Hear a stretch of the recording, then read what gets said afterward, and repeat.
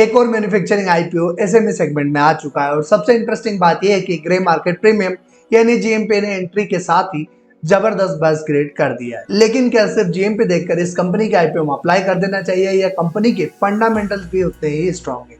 आज हम बात करेंगे पूजा प्रिसिशन इंजीनियरिंग लिमिटेड के आईपीओ की। ये कंपनी ऑटोमोबाइल से लेकर electric vehicles, defence, aerospace, health care जैसे हाई ग्रोथ सेक्टर के लिए प्रिसिशन एल्यूमिनियम कंपोनेंट बनाती है। इस वीडियो में हम जानेंगे कंपनी एक्चुअल में क्या काम करती है, बिजनेस मॉडल कंपनी का कितना स्ट्रॉन्ग है, रेवेन्यू किस तरह जनरेट होता है, प्रोडक्ट पोर्टफोलियो कितना डाइवर्सिफाइड है, साथ ही साथ फ्यूचर ग्रोथ अपॉर्चुनिटी है या नहीं, और सबसे इंपॉर्टेंट इस आईपीओ में अप्लाई करना चाहिए या इस आईपीओ से दूर रहना चाहिए। तो वीडियो के एंड तक जरूर बने रहिएगा क्योंकि लास्ट में मैं अपनी स्ट्रेटेजी आपके साथ शेयर करने वाला हूँ। आज का वीडियो शुरू करें उससे पहले अगर अभी तक आपने हमारा चैनल सब्सक्राइब नहीं किया तो जल्दी से चैनल सब्सक्राइब करके बेल आइकॉन प्रेस कर दीजिएगा, साथ ही साथ वीडियो को लाइक करके अपने दोस्तों के साथ शेयर करना मत भूलिएगा। तो चलिए शुरू करते हैं आज का आईपीओ रिव्यू। सबसे पहले समझते हैं कंपनी को, पूजा प्रिसिशन इंजीनियरिंग लिमिटेड, जिसकी शुरुआत 1992 में हुई थी। कंपनी एक प्रिसिशन इंजीनियरिंग मैन्युफैक्चरिंग कंपनी है जो एल्यूमिनियम डाई कास्टिंग और प्रिसिशन मेज्ड कंपोनेंट मैन्युफैक्चर कर। ये कंपोनेंट मेनली यूज होते हैं ऑटोमोबाइल इंजन में, ट्रांसमिशन एंड ड्राइव ट्रेन में, electric vehicle power train, electrical systems में। आज कंपनी 600 से ज्यादा एसक्यूएस मैन्युफैक्चर करती है। इनमें से काफी कंपोनेंट सेफ्टी क्रिटिकल कैटेगरी में आते हैं जो प्रिसिशन और क्वालिटी कंप्रोमाइज नहीं की जा सकती। इसी वजह से कंपनी ओईएम्स और ग्लोबल कस्टमर के साथ लॉन्ग टर्म बिजनेस करती है। कंपनी क्या बनाती है? कंपनी के पास कंप्लीट मैन्युफैक्चरिंग इकोसिस्टम है। ये कंपनी कास्टिंग के साथ साथ डिजाइन से लेकर फाइनल असेंबलिंग तक कंप्लीट सॉल्यूशंस प्रोवाइड करती है। इसका मैन्युफैक्चरिंग कैपेबिलिटी में इंक्लूड है ग्रेविटी डाई कास्टिंग यानी GDC, low pressure die casting यानी LPDC, high pressure die casting यानी HPDC, CNC precision assembly, engineering services, product development, surface finishing, मतलब कस्टमर को एक ही जगह कंप्लीट मैन्युफैक्चरिंग सॉल्यूशन मिल जाता है। अब बात करते हैं कंपनी के बिजनेस मॉडल की। पूजा प्रिसिशन का बिजनेस B2B मैन्युफैक्चरिंग मॉडल पर बेस्ड है। कंपनी डायरेक्टली रिटेल कस्टमर्स को प्रोडक्ट सेल नहीं करती है। इसके कस्टमर्स होते हैं automobile OEMs, tier 1 auto component supplier, industrial equipment companies, international manufacturing companies. Business model काफी स्टिकी है। एक बार किसी ओईएम का कंपोनेंट अप्रूव हो गया तो नॉर्मली वही सप्लायर कई सालों तक प्रोडक्शन कंटिन्यू करता है। इसी वजह से रिकरिंग बिजनेस मिलता रहता है। दूसरी इंपॉर्टेंट बात, ऑटोमोबाइल इंडस्ट्री में कंपोनेंट अप्रूवल प्रोसेस बहुत लेंदी होता है, इसलिए नए कॉम्पिटिटर के लिए एग्जिस्टिंग सप्लायर को रिप्लेस करना ईजी नहीं होता है। अब समझते हैं कंपनी का कंप्लीट मैन्युफैक्चरिंग प्रोसेस। कंपनी का काम सिर्फ कास्टिंग तक लिमिटेड नहीं है, ये कंप्लीट वैल्यू चेन हैंडल करती है। प्रोसेस कुछ इस तरह है जहां पर कस्टमर रिक्वायरमेंट के बाद फिर engineering design, tool development, aluminium casting, precision matching, assembling, quality testing, finish good dispatch. इस इंटीग्रेटेड मॉडल की वजह से कंपनी को बेटर मार्जिन और क्वालिटी कंट्रोल दोनों मिलते हैं। अब बात करते हैं कंपनी के प्रोडक्ट पोर्टफोलियो की। कंपनी का प्रोडक्ट पोर्टफोलियो काफी डाइवर्सिफाइड है और कंपनी के प्रोडक्ट यूज होते हैं ऑटोमोबाइल सेक्टर में, जहां पर पैसेंजर व्हीकल, कमर्शियल व्हीकल और टू व्हीलर्स। इलेक्ट्रिक व्हीकल्स की बात करें तो EV power train component, motor housing, battery related aluminium parts, agriculture machinery के प्रिसीजन कंपोनेंट, डिफेंस में high precision engineering component, energy sector में इंडस्ट्रियल एल्यूमिनियम पार्ट्स और health care sector में medical equipment के मेज्ड कंपोनेंट के साथ साथ aerospace. Company recently aerospace sector में भी एंट्री कर चुकी है और अप्रूव्ड वेंडर पार्टनरशिप के थ्रू एरोस्पेस कंपनीज को सप्लाई शुरू कर दिया है। ये फ्यूचर ग्रोथ के लिए काफी पॉजिटिव डेवलपमेंट माना जा सकता है। अब सवाल आता है कंपनी पैसा कैसे कमाती है? रेवेन्यू प्राइमरीली आता है प्रिसिजन कास्ट कंपोनेंट से, प्रिसिजन मैचिंग सर्विसेज से, असेंबली सर्विसेज से, इंजीनियरिंग एंड प्रोडक्ट डेवलपमेंट से, एक्सपोर्ट रेवेन्यू से। कंपनी जर्मनी, यूएसए, इटली और स्विट्जरलैंड जैसे डेवलप्ड मार्केट में भी प्रोडक्ट एक्सपोर्ट करती है। इंटरनेशनल बिजनेस फ्यूचर में रेवेन्यू डाइवर्सिफिकेशन काफी इंप्रूव कर सकता है।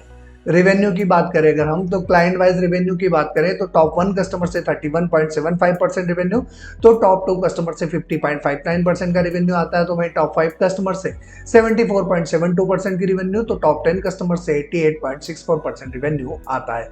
मतलब कंपनी की मेजर डिपेंडेंसी इसके टॉप 10 कस्टमर्स पर है, जो इस कंपनी की क्लाइंट कॉन्सेंट्रेशन रिस्क को भी बढ़ाता है।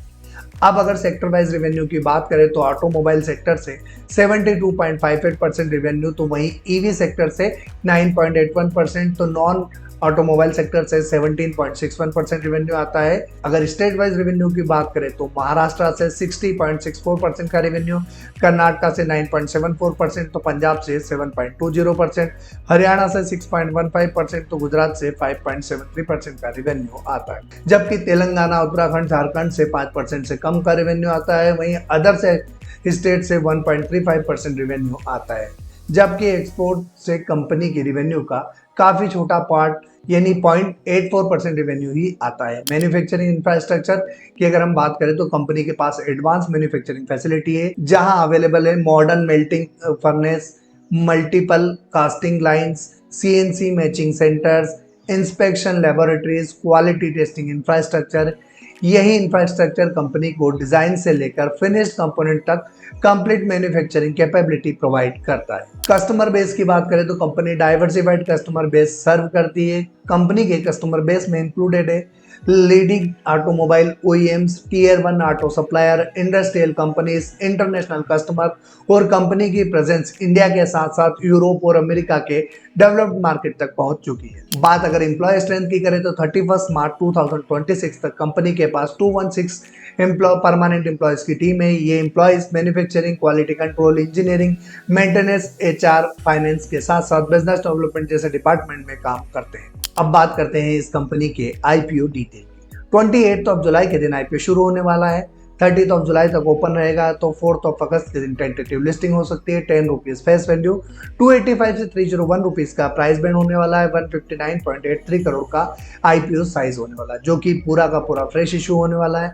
बुक बिल्ड इशू टाइप है बीएससी का एसएमई आईपीओ, जहां पर आपको मिनिमम इन्वेस्टमेंट 2 लॉट में 800 शेयर्स के लिए 2,40,800 रुपीज के लिए करना होगा।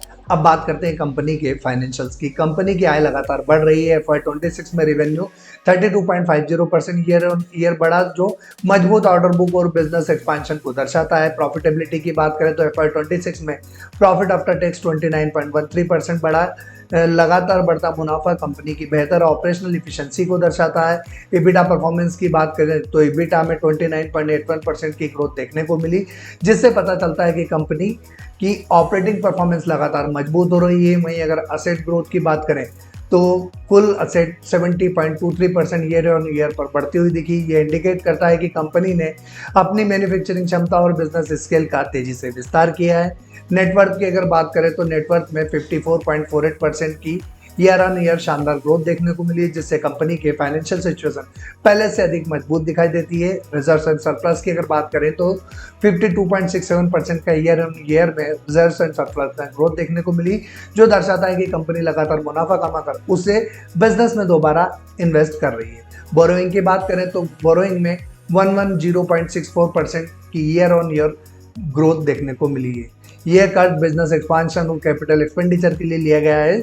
हालांकि भविष्य में डेब्ट मैनेजमेंट पर नजर रखना जरूरी है। अगर पूरे फाइनेंशियल्स को समराइज करें तो पूजा प्रिसिशन इंजीनियरिंग ने पिछले 3 सालों में शानदार ग्रोथ दिखाई है। रेवेन्यू, प्रॉफिट, इबिटा और नेटवर्थ के साथ साथ रिजर्व्स में भी लगातार मजबूत बढ़ोतरी देखने को मिली है, जो कंपनी के बिजनेस एक्सपांशन और बेहतर ऑपरेशनल परफॉर्मेंस को दर्शाता है। हालांकि FY26 में बोरिंग में तेज बढ़ोतरी देखने को मिली, लेकिन यदि कंपनी भविष्य में इसी तरह मजबूत कैश फ्लो और प्रॉफिट ग्रोथ बनाए रखती है तो यह कर चिंता का विषय नहीं बल्कि ग्रोथ इन्वेस्टमेंट माना जा सकता है। बात करते हैं वैल्यूएशंस की, जहां पर 600.34 करोड़ की वैल्यूएशंस पर यह कंपनी आईपीओ लेकर आ रही है।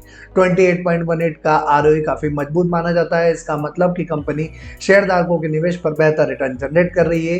तो वहीं 26.38 का रिटर्न ऑन कैपिटल एम्प्लॉयड दर्शाता है कि कंपनी अपने कैपिटल का कुशलतापूर्वक उपयोग कर रही है। ये ऑपरेशनल एफिशिएंसी को पॉजिटिवली दिखाता है। 0.31 का डेब्ट टू इक्विटी रेशियो काफी कम है, जिससे पता चलता है कि कंपनी पर कर्ज का बोझ सीमित है और बैलेंस शीट मजबूत दिखाई देती है। रिटर्न ऑन नेटवर्थ की बात करें तो 23.21 का रिटर्न ऑन नेटवर्थ, ये दर्शाता है कि कंपनी अपने नेटवर्थ से अच्छा मुनाफा जनरेट कर रही है, जो निवेशकों के लिए पॉजिटिव पॉइंट है। 10.52 का पेट मार्जिन ये बताता है कि हर 100 रुपीज़ की बिक्री पर कंपनी 10.5% का नेट प्रॉफिट जनरेट करती है, जो हेल्दी प्रॉफिटेबिलिटी को दर्शाता है। EBITDA मार्जिन 17.62 का है, जो कंपनी की मजबूत ऑपरेशनल परफॉर्मेंस को और बेहतर कंट्रोल को दर्शाता है। वैल्यूएशंस की बात करें तो EPS नए शेयर जारी होने के कारण EPS में कमी आई है, जो IPO के बाद इक्विटी डाइल्यूशन की वजह से सामान्य है। PE रेशो की बात करें तो IPO के बाद कंपनी 19.43 के PE पर वैल्यूएशन मांग रही है। यह वैल्यूएशन निवेशकों को कंपनी के ग्रोथ प्रोस्पेक्ट के आधार पर आंकना होगा।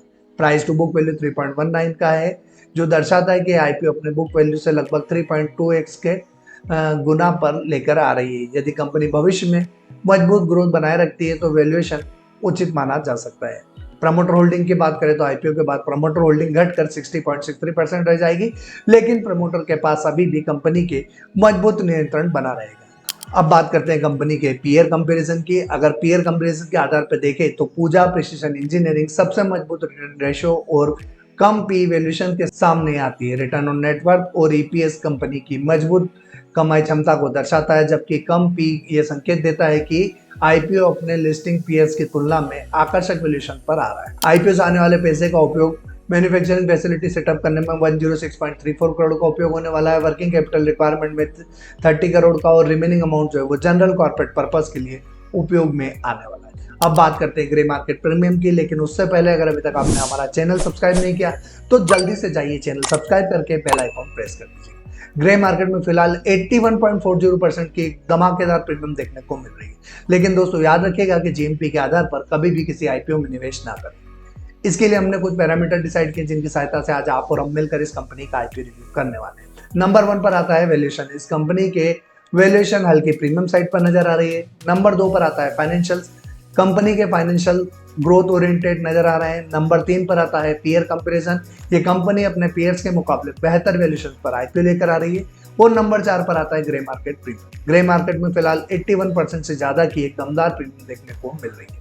नंबर 5 पर आता है मार्केट सेंटिमेंट। अगर मार्केट सेंटिमेंट की बात करें तो कंपनी के IPO को मार्केट में एक अच्छा रिस्पांस देखने को मिल रहा है। साथ ही कंपनी के फाइनेंशियल वैल्यूएशन पीयर कंपैरिजन के आधार पर IPO अट्रैक्टिव साइड पर नजर आता है। इस कंपनी के IPO में अप्लाई किया जा सकता है, लेकिन दोस्तों ये एक SME IPO है जिसमें हमेशा लिस्टिंग के बाद लिक्विडिटी का इशू बना रह सकता है। इसलिए उन लोगों को इस कंपनी के IPO में निवेश करना चाहिए जो SME की रिस्क को समझते हैं। दोस्तों इस IPO में डिसीजन लेने से पहले अपने फाइनेंशियल एडवाइजर से कंसल्ट करें, अपनी खुद की रिसर्च करें और सबसे इंपॉर्टेंट अपनी फाइनेंशियल कंडीशन देखने के बाद फिर डिसाइड कीजिएगा कि आप इस कंपनी के IPO में निवेश करने जा रहे हैं या नहीं।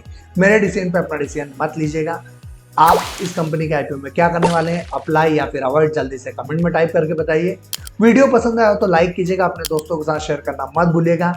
आज के लिए इतना ही, फिर मुलाकात होगी एक और कंपनी के IPO रिव्यू और एक और फाइनेंशियल एनालिसिस के साथ। तब तक के लिए जय हिंद।